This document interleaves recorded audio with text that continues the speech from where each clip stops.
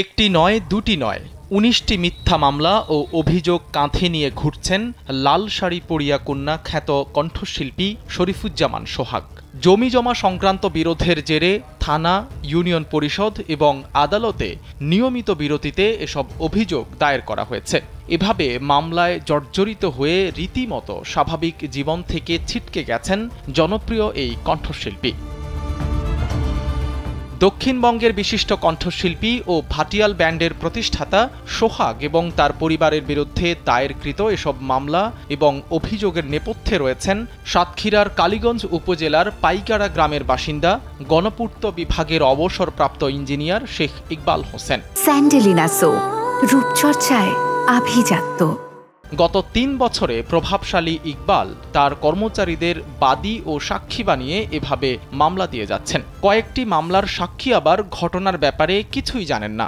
স্থানীয়দের মধ্যেও মামলাবাজ হিসেবে পরিচিত এই ইকবাল। সে মানুষের নির্যাতন করে, এমনি ভাবে সাধারণভাবে সে একটু ক্ষমতা দেখায়। সে আগের ইঞ্জিনিয়ার বড়, সে আছে তোমার মানুষের ক্ষমতা দেখাইয়ে মানুষের হয়রানি করায়।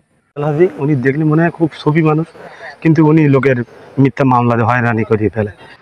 ওই দিনকে যে সোহাগের সঙ্গে যে জ্ঞানজাম, ওইটা তো আমি কিছু জানিনি, দোকানে ছিলাম। ও লোক ফাউ ফাউ করে নাম দিতে, আপনি নাম দিলেন কেন? দিলাম আপনার নাম।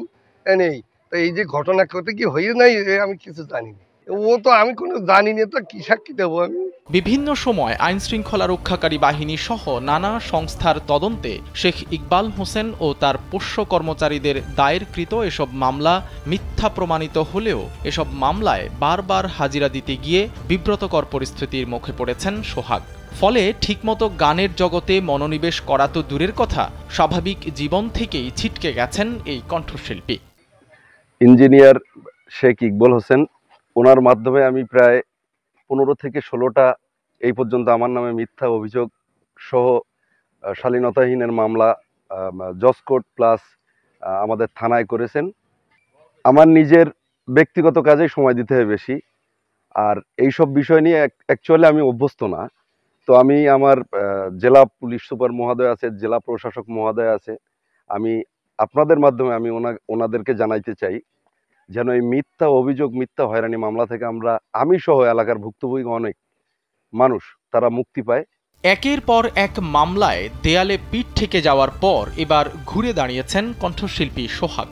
গত 5 জুন নিজে বাদী হয়ে প্রভাবশালী শেখ ইকবাল হোসেন ও তার পোষ্য কর্মচারীদের বিরুদ্ধে সাতক্ষীরা জেলা প্রশাসক ও পুলিশ সুপার সহ বিভিন্ন দফতরে লিখিত অভিযোগ দায়ের করেছেন কণ্ঠশিল্পী সোহাগ।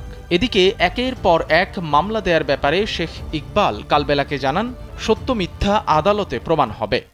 ওই উপরে যে 1400 জমি সে দুর্বার করে আমার এই সীমানা দেয়াল ভেঙে আমার ভিতরে প্রবেশ করে অন্যায়ভাবে, এবং 2বারই আমি থানাতে অভিযোগ দিয়েছি, থানাতে ডায়েরি করেছি এবং কোর্টে এ নিয়ে কেস বিচারাধীন আছে।